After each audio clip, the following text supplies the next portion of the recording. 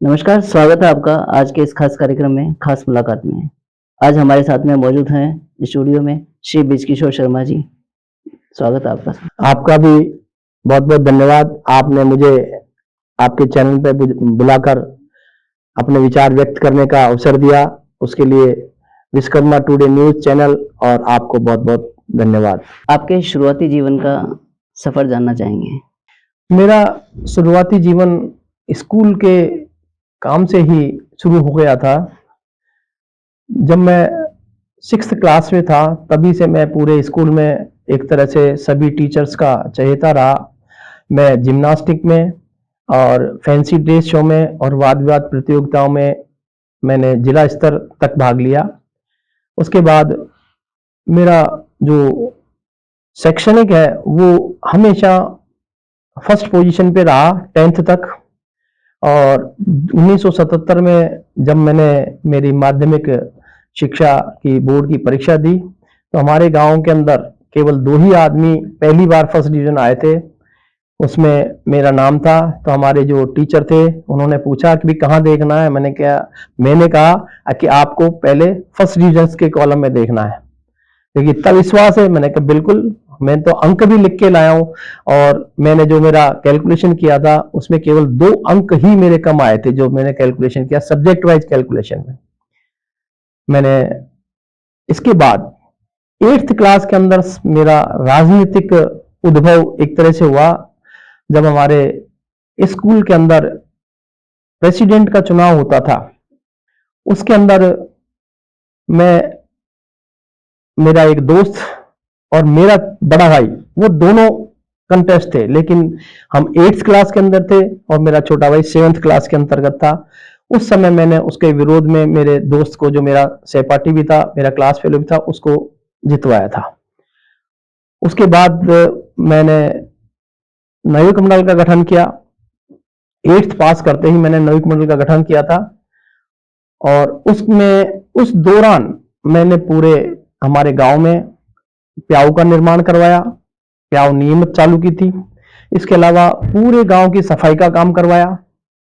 और जो लोगों के आगे के चबूतरे रास्ते में दुविधा या परेशानी पैदा करते थे आने जाने वालों को, उनको उनकी सहमति से ही ठीक करवाया और तुड़वाया, रास्ता बनवाया, नालियां बनवाई। और सार्वजनिक रूप से हमारे पूरे गांव की नालियों को स्वीपर से मासिक तनख्वाह देके हमने उसको करवाया। ये हमारे करीब 2085 तक 1985 तक ये चालू रहा। मैं 10वीं में भी फर्स्ट डिवीजन से आया। उसके बाद मैंने ग्रेजुएशन किया। ग्रेजुएशन मैंने सुबोध कॉलेज जयपुर से किया। सुबोध कॉलेज जयपुर के तुरंत बाद ही मेरी 3 जगह सिलेक्शन हुआ।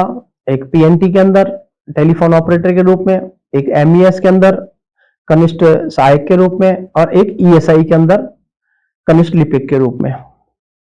काफी विचार विमर्श के बाद मैं ईएसआई में मेरा पद पे मैंने ग्रहण किया, ज्वाइन किया। और वो लाखेरी, जो उस समय बूंदी डिस्ट्रिक्ट में था, वहां पर मैंने ज्वाइन किया। सरकारी सेवा की तरफ आपका रुझान कैसे हुआ? जैसा कि एक स्टूडेंट का अपना जो ग्रेजुएशन करने के बाद अपने पारिवारिक स्थिति की कारण उसको अर्निंग की तरफ ध्यान देना पड़ता है। क्योंकि हमें पढ़ाई के दौरान केवल 100 रुपए मिलते थे और सामान मिलता था, उसमें ही हम उनको खर्चा चलाना पड़ता था। तो जो ही मेरा ग्रेजुएशन का लास्ट पेपर खत्म हुआ, मैंने सुगम शिक्षा समिति, जो सिविल लाइन में थी, उसमें ज्वाइन कर लिया था दूसरे दिन से।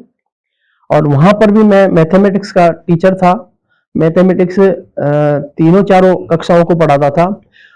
उस समय मेरा विशेष प्रयास ये रहता था, मैं किसी भी कक्षा की किताब नहीं देखता था। मैं केवल उनसे सब्जेक्ट पूछता था, जैसे लाभ हानि है या परसेंटेज है, उसके हिसाब से बच्चों को मैं उसी तरह पढ़ाता था जैसे कि एक एक्टिविटीज, जो खेल की एक्टिविटीज है, तो उसके हिसाब से। तो वहां भी मुझे बहुत सराहा गया।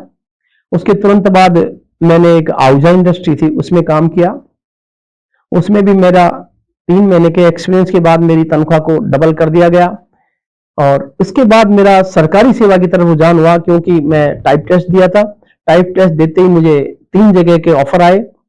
इसके अलावा मैंने सेवा ज्वाइन करने के बाद भी आरएएस की एग्जाम दी थी, परीक्षा दी थी 1985 में। और 1985 में जो मैंने अध्ययन किया, इतिहास मेरा सब्जेक्ट था, मैंने प्री क्वालिफाई कर लिया था और फाइनल क्वालिफाई नहीं कर पाया था। लेकिन मेरा उस परीक्षा के बाद मेरे व्यक्तित्व में आमूलचूल परिवर्तन हुआ। उसका कारण क्या था कि मैंने इतिहास को पढ़ा। भारत का इतिहास जो प्राचीन इतिहास है, मिडाइवल है, और आज की जो आधुनिक इतिहास, जिसको उस समय राजनीतिक शास्त्र कहते थे, इनको पढ़ने के बाद में मेरा मन थोड़ा सा इस तरफ जागृत हुआ कि भारत के लेखकों के जो विचार है और उसी सब्जेक्ट में विदेश के लेखकों के जो विचार, उनमें इतना अंतर क्यों है।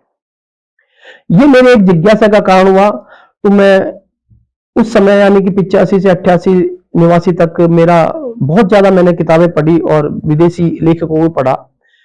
और इस वजह से शिक्षा के क्षेत्र के साथ साथ जो हमारा राजकीय सेवा का था, उसमें भी मेरा रुझान थोड़ा बढ़ा। और कर्मचारी राज्य बीमा निगम में मैं रहा। मेरे को एक प्रमोशन मिला जो कि सीनियरिटी के हिसाब से था। उसके बाद एक लास्ट प्रमोशन जो मेरे को असिस्टेंट डायरेक्टर सहायक निदेशक का मिला, वो प्रमोशन से था। बाकी सारे 4 एग्जाम्स मैंने क्लियर किए और उसके बाद मुझे पदोन्नति मिली। सरकारी सेवा में होने के बावजूद सामाजिक गतिविधियों में आपकी रुचि कैसे बढ़ी? जैसा कि आप जानते होंगे, किसी भी व्यक्ति में दूसरों के लिए काम करने की जब ललक पैदा हो जाती है, तो सबसे पहले वो अपने परिवार को, अपने यहाँ जहां काम करता उसको देखता है, उसके बाद वो समाज की तरफ बढ़ता है। जो ही मैं राजकीय सेवा से में था, उस समय में हमारे जितने भी कर्मचारीगण थे, यूनियन के थ्रू और अन्य जो संस्था थी, रिक्रिएशन क्लब के थ्रू और रेजिडेंशियल कॉलोनी के थ्रू काम करता था। वो काम भी मैंने उसी आधार पे किए, चाहे जनता के काम है। इसी आधार पर 89 के अंदर मेरा संपर्क हुआ हमारे कैलाश जी दाइमा से। वो हमें एक तरह से जो सामाजिक सेवा है उसके अंदर लेके आए। श्री विश्वकर्मा जागीर कर्मचारी समिति बनी, उसका मैं सदस्य बना, उसके बाद उसका पदाधिकारी बना और वहीं से मेरी सामाजिक सेवा सार्वजनिक रूप से शुरू हुई। उसमें रहते हुए मैंने बहुत सारा काम किया। हमारे संस्थापक अध्यक्ष श्री केडवाल जी, doctor SL Sharma ji, doctor SL Suthar साहब जी, बीसी शर्मा जी, ये कुछ ऐसे हमारे अध्यक्ष बने उस समय जिन्होंने कर्मचारी समिति को ऊंचाइयां दी। और मानसरोवर में ये भूखंड हमने खरीदा, उसके ऊपर निर्माण कार्य बाद में हुआ, उसकी भी रूपरेखा उन्हीं के निर्देशन में हुई। यहां से मैं चालू हुआ और अधिकतर मैं कोषाध्यक्ष के पद पे रहा। लेकिन हमेशा किसी भी एक आदमी को हमने कोषाध्यक्ष नहीं रखा। उसका उद्देश्य हमारा ये हुआ करता था कि जितना भी काम वो करता था वो कंप्लीट करके अगले कोषाध्यक्ष को अपना चार्ज दे, ताकि कोई कमी रह जाए उसको दूर किया जा सके। ये हमारा उद्देश्य रहा था। इसमें कोई भी रहा हो, लेकिन अंतिम जो खाते बनाए जाते थे उसमें मेरा योगदान रहता था। और जितने भी हमारे अध्यक्ष और महामंत्री हुए, उनका साथ मेरा पूरा सहयोग रहता था। इसी कारण से सदस्यता अभियान जो हम करते थे, कैलाश जी दाइमा और मेरे द्वारा जितने भी सदस्य बनाए गए, उनकी घर जाकर, उनकी ऑफिस में जाकर ही हमने उनको सदस्यता बनाया, जो आज इस रूप में खड़ी हुई है। और इसके बाद अभी हमारे प्रधान और प्रदेश अध्यक्ष के जब इलेक्शन हुए, उसमें मुझे किसी ने आमंत्रित किया, सुधीर जी डेरोलिया जी ने, कि अपन को वहां चलना है। कि सुधीर जी डेरोलिया जी से मेरा संपर्क कर्मचारी समिति के दौरान, वैसे तो मैं पहले से जानता था, लेकिन सामाजिक सेवा में उनसे हुआ। उन्होंने, उनके साथ में गया, वहां पर वक्ताओं के रूप में मुझे चुना गया। मैंने मेरे विचार व्यक्त करते हुए जो लोग थे उनके सामने किया कि भी हमको क्या करना चाहिए, इलेक्शन लड़ने के लिए क्या स्ट्रेटेजी होनी चाहिए, वो सब मैंने अपने जो विचार थे व्यक्त किए। उनसे लोग प्रभावित हुए, उस हिसाब से आगे काम किया, मैनिफेस्टो तैयार किया। मैनिफेस्टो तैयार करने के बाद उसको फाइनल रूप दिया, वो मैनिफेस्टो हमने जारी किया। उसके बाद इलेक्शन में हमारे प्रदेश अध्यक्ष श्री संजय जी हर्षवाल जीत दर्ज की उन्होंने। और उसके बाद जो ही इलेक्शन हुए थे उसके बाद मैं एलटीसी पे अंडमान निकोबार चला गया था। वहां पर मुझे एक सूचना मिली कि भी आपको प्रदेश सभा के अंदर कुछ जिम्मेदारी देना चाहते हैं। तो मैंने उनसे कहा कि भी कोई ऐसी जिम्मेदारी हो जो मैं मेरे पिछले उससे हिसाब से है तो मैं कर सकता हूं, लेकिन कोई विशेष जिम्मेदारी हो तो एक बार मुझे थोड़ा सा बता दे भाई क्या देना चाहते हैं, ये मैंने कहा था। फिर उन्होंने जिन्होंने मेरे संपर्क किया उन्होंने कहा कि नहीं, आपको हम जानते हैं कि आप क्या कर सकते हो और क्या नहीं कर सकते हो। उसी हिसाब से फिर मैं यहाँ आया तो उन्होंने 26 जनवरी को मेरे को 25 जनवरी को बताया कि आपको ये पद दिया जा रहा है, और 26 जनवरी को शपथ ग्रहण समारोह हुआ। तब से मेरा ये सार्वजनिक प्रदेश सभा के पदाधिकारी के रूप में समाज सेवा करने का मुझे मौका मिला, और अभी मैं 2 साल से इस सेवा में समाज की सेवा कर रहा हूं इस पद पे रहते हुए। कर्मचारी समिति और बंधुत्व संदेश में आपकी क्या विशेष भूमिका रही? कर्मचारी समिति में मैं कोषाध्यक्ष था। हमारे दूसरे अध्यक्ष महोदय डॉक्टर एसएल सुथार साहब बने। उन्होंने एक प्रस्ताव रखा कि अपन को एक पत्रिका का प्रकाशन करना चाहिए। उस पत्रिका के प्रकाशन में उन्होंने मुझे स्थान दिया। सारा मैटर मैं तैयार करता था और सुथार साहब के घर जाता था, वहां वो टाइप करते थे, साइक्लो स्टाइल पेपर निकालते थे, और उसको मैंने जो स्टेपल करके और एक कवर प्रिंट हमने करवाया था, कवर पेज जी। उस पे प्रिंट करके और एक तरह से स्टेपल करके एक बुक बना लेते थे। उस बुक को मैंने जो हमारी जितने भी सदस्य थे उनके घर घर जाके वितरण किया करते थे। और उसके बाद धीरे धीरे ऐसा हुआ कि भी इसको और विकास किया जाए, तो हमने उसको प्रिंटिंग रूप में लाने के लिए किया। तो पहले इसका नाम बंधु संदेश नहीं हुआ करता था, विश्वकर्मा प्रकाश के नाम से निकलती थी। जब हमने इसके लिए अप्लाई किया तो हमारा विश्वकर्मा प्रकाश के नाम से अप्लाई नहीं होके और दूसरा नाम उन्होंने सुझाने के लिए हमको कहा। जो भारत सरकार की संस्था जो समाचार पत्रों का पंजीकरण करते हैं, आरएनआई, हाँ, आरएनआई नंबर लेने के लिए। फिर मैं दिल्ली जाके बंधु संदेश के नाम को वहां से अप्रूव करवा के लाया। मैं 2 दिन वहां रुका और सारा काम करवा के हैंड टू हैंड में दिल्ली से लेके आया, और ये प्रकाशन हमने विधिवत रूप से चालू किया। पहली जो हमारी पत्रिका प्रिंटिंग रूप से आई वो एसएल सुथार साहब के, जो हमारे राजस्थान यूनिवर्सिटी में विधि विभाग के वो अध्यक्ष हुआ करते थे, और उन्होंने इस पत्रिका के निर्माण में और इसको हमको सिखाने में उनका बहुत बड़ा योगदान है। इतने सिंपल आदमी हुआ करते थे, वो किसी यूनिवर्सिटी के विभाग के विभागाध्यक्ष होते हुए भी उन्होंने इन कामों के लिए हमको तन मन धन से समर्पित होकर काम किया। आगे चल के इस पत्रिका में अध्यक्ष चाहे कोई भी रहा हो, इसका संस्थापक चाहे कोई भी रहा हो, सह संपादक के रूप में इसके प्रकाशन की जिम्मेदारी, इसके वितरण की जिम्मेदारी उनको मैंने शयार से निभाया। 2008-9 तक ये पत्रिका मेरे नेतृत्व में या मेरे सहयोग से निकलती रही। उसके बाद मेरा जयपुर से इंस्पेक्टर के पद पर स्थानांतरण और प्रमोशन होने के बाद इसका काम हमारे विश्वकर्मा टुडे पत्रिका जो बाद में थी उसके श्री राम प्रसाद जी को बंधु संदेश पत्रिका सौंपकर मैं अपनी सेवा के लिए प्रस्थान कर गया। समय समय पर मैं इसमें सहयोग करता था, बाकी उन्होंने भी 12-13 तक इसको संचालित किया। उसके बाद में 2018 में फिर वापस यहाँ जयपुर में एक तरह से रेगुलर पदस्थापन हुआ। उसमें मैंने 2 साल इस पत्रिका का प्रकाशन किया, और गत सालों में मैं इस संस्था से पदाधिकारी नहीं रहा था, तब इस पत्रिका का प्रकाशन पुनः बंद हो गया था और आज तक बंद है। अभी नई संस्था में भी कर्मचारी समिति का जो नया कार्यकारिणी बनी है उसमें भी उपाध्यक्ष बनाया गया। मैंने प्रस्ताव लिया था कि इसका प्रकाशन अभी एक तरह से पीडीएफ फाइल के रूप में ही बना के और जारी किया जाए, उसको अभी कार्य रूप देना बाकी है। जो भी हमने एक संपादक मंडल बनाया है उसको हम सहयोग दे रहे हैं, उनको इस काम को आगे बढ़ाने के लिए प्रोत्साहित भी कर रहे हैं, और ये काम अभी बाकी है, भविष्य में हो सकता है कुछ अगले महीने में चालू हो। कर्मचारी समिति में मैं तन मन धन से अपनी सेवाएं देता आ रहा हूं और आगे भी देता रहूंगा।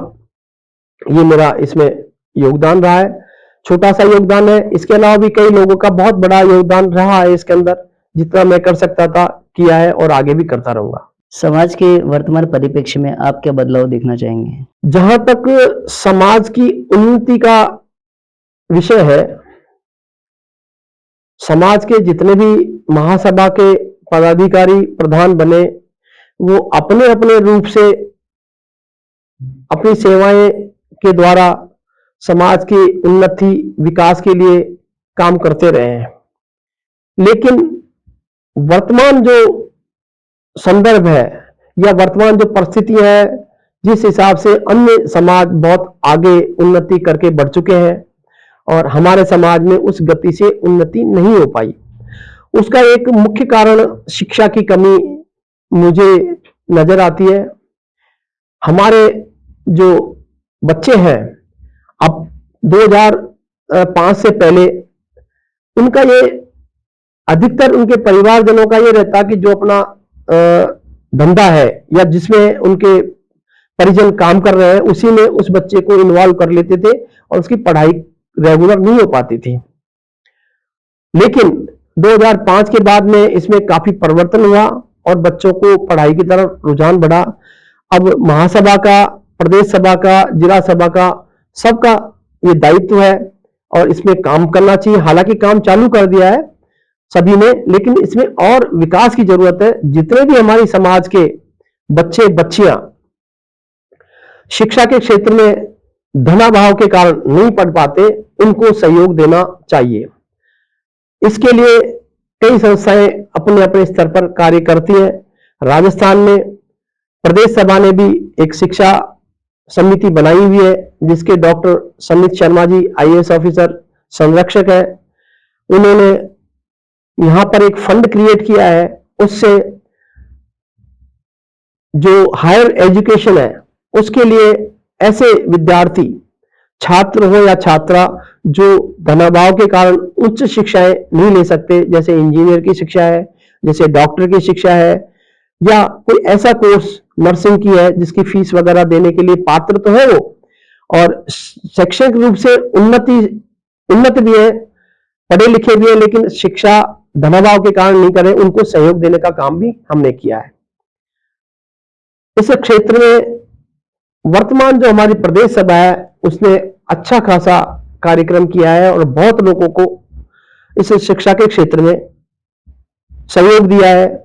इस साल में हमने 3 छात्रों को एमबीबीएस परीक्षा के लिए उनके जो फीस है फर्स्ट ईयर की, वो सीधी उनकी जो मेडिकल कॉलेज है उनमें पहुंचाई है, उनके नाम से डीडी बना के उनको दिए हैं।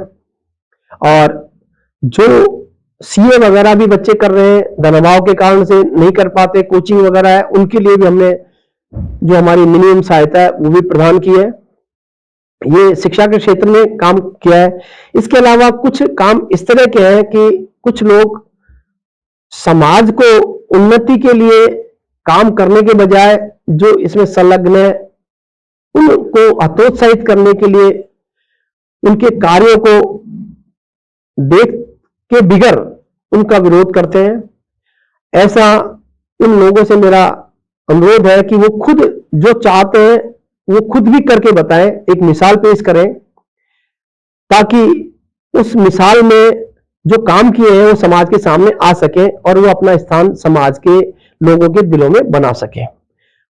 मेरा मानना है कि किसी भी व्यक्ति के द्वारा कोई अच्छी योजनाएं हैं, वो अगर कोई नहीं करता तो उस योजना पे खुद अपना काम चालू कर दे, अपने साथ अपने सहयोगियों को ले। मैं आपको एक बहुत अच्छा उदाहरण देना चाहूंगा। कोरोना काल में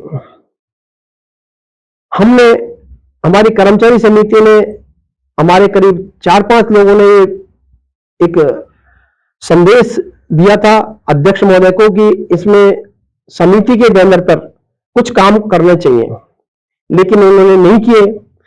उस काम को मैंने, कैलाश जी दाइमा ने और डीएन शर्मा जी ने उठाया और कोरोना काल में हमने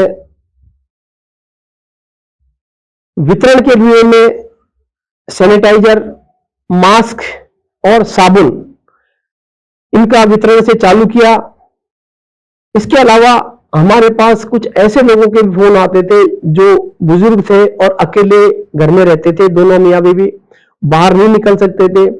उनको हमारे नंबर दिए गए, एक दूसरे से संपर्क किया गया, उनको जो भी आवश्यकता थी हम वो सामान उनको बाजार से खरीद के और उनके घर देके आते थे। हालांकि पैसा वही देते थे, ये भी सेवाएं दी। हमें किसी भी हमारे समाज के किसी परिवार को कोरोना काल में किसी भी तरह की कोई परेशानी हुई हो या कोई आवश्यकता हो, उसकी पूर्ति के लिए जब भी हमारे पास सूचना मिली है हमने वो उपलब्ध कराई है। हमारा पूरे जयपुर के अंदर हर क्षेत्र में प्रतिनिधि थे जिनके माध्यम से हम सेवाओं को देते आए। युवाओं को आप क्या संदेश देना चाहेंगे? जहां तक युवाओं का प्रश्न है, युवाओं को सबसे पहले जो अपना करियर है, अपनी पढ़ाई है, उसकी तरफ विशेष ध्यान देना चाहिए और 10th पास करने के बाद ही अपने जीवन का मोटो तय करना चाहिए और उसके हिसाब से उसे आगे की पढ़ाई करने के लिए किसी भी ऐसे व्यक्ति से जिसको वो उचित समझता हो, जो उसके पास इजीली उपलब्ध हो, उससे मार्गदर्शन लेकर अपनी पढ़ाई को आगे बढ़ाना चाहिए। आप हमारे स्टूडियो में आए और हमारे दर्शकों से रूबरू हुए, इसके लिए आपका बहुत बहुत धन्यवाद। मेरा भी विश्वकर्मा टुडे न्यूज चैनल और इसके जितने भी काम करने वाले हैं उनको और आपको बहुत बहुत धन्यवाद। साथ ही न्यूज चैनल के सभी दर्शकों को भी मेरी ओर से बहुत बहुत धन्यवाद।